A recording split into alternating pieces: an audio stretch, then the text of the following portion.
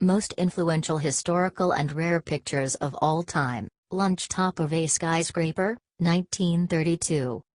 11 men casually eating, chatting and sneaking a smoke as if they were at 840 feet above Manhattan with nothing but a thin beam keeping them aloft. That comfort is real. The men are among the construction workers who helped build Rockefeller Center. But the picture, taken on the 69th floor of the flagship RCA building, now the GE building, was staged as part of a promotional campaign for the massive skyscraper complex.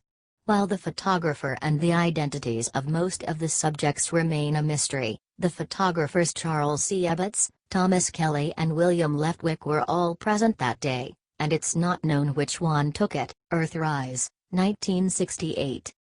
It was on December 24, 1968, exactly 75 hours, 48 minutes and 41 seconds after the Apollo 8 spacecraft lifted off from Cape Canaveral en route to becoming the first manned mission to orbit the Moon. Astronauts Frank Barman, Jim Lovell and Bill Anders entered lunar orbit on Christmas Eve. At the beginning of the fourth of 10 orbits, their spacecraft was emerging from the far side of the Moon when a view of the blue-white planet filled one of the hatch windows. Mushroom cloud over Nagasaki, 1945. 3 days after an atomic bomb nicknamed Little Boy obliterated Hiroshima, Japan, U.S. forces dropped an even more powerful weapon dubbed Fat Man on Nagasaki. The explosion shot up a 45,000-foot-high column of radioactive dust and debris. "We saw this big plume climbing up into the sky," recalled Lieutenant Charles Levy, the bombardier, who was knocked over by the blow from the 20-kiloton weapon. "It was purple, red, white, all colors, something like boiling coffee. It looked alive." The officer then shot 16 photographs of the new weapon's power. 6 days later, the two bombs forced Emperor Hirohito to announce Japan's unconditional surrender in World War II. Officials censored photos of the bomb's devastation, but Levy's image, the only one to show the full scale of the mushroom cloud from the air, was circulated widely. The Hindenburg disaster, 1937. Zeppelins were majestic skyliners, luxurious behemoths that signified wealth and power.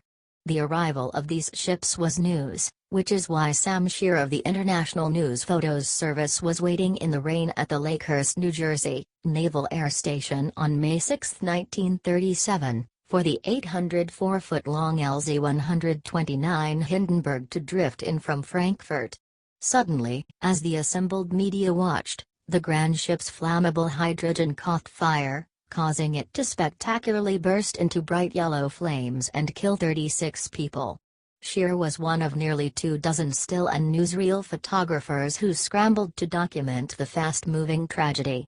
But it is his image, with its stark immediacy and horrible grandeur, that has endured as the most famous, owing to its publication on front pages around the world and in Life and, more than 3 decades later, its use on the cover of the first Led Zeppelin album, Guerrillero Heroico, 1960.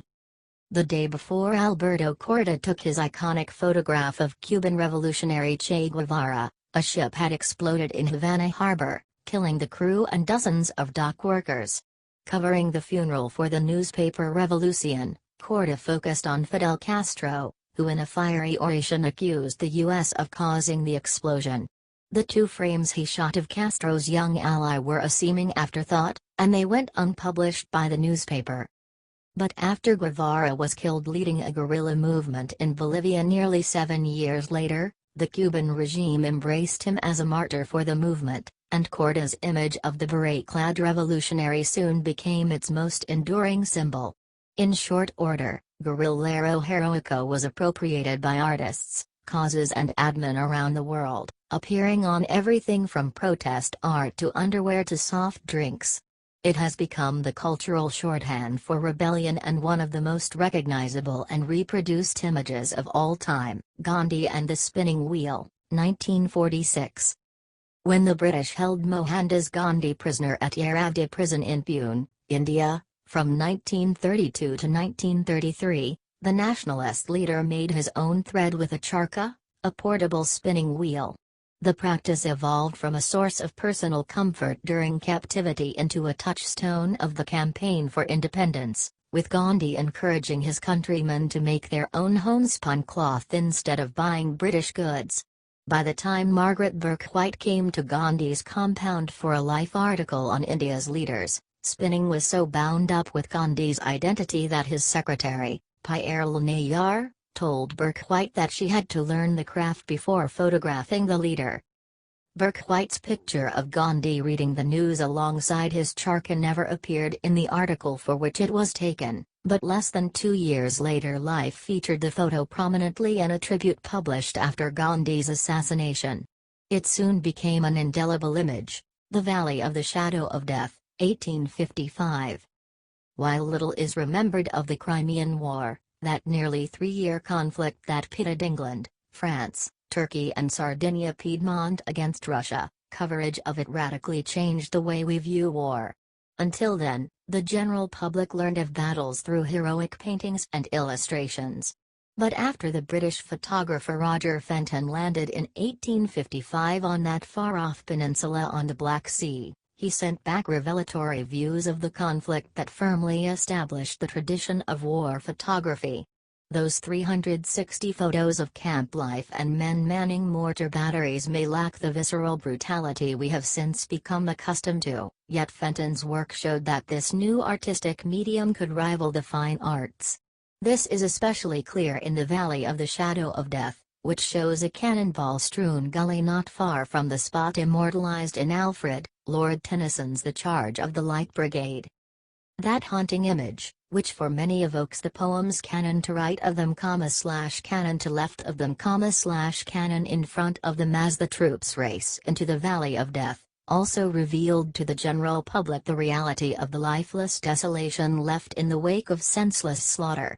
Scholars long believed that this was Fenton's only image of the valley. But a second version with fewer of the scattered projectiles turned up in 1981, fueling a fierce debate over which came first.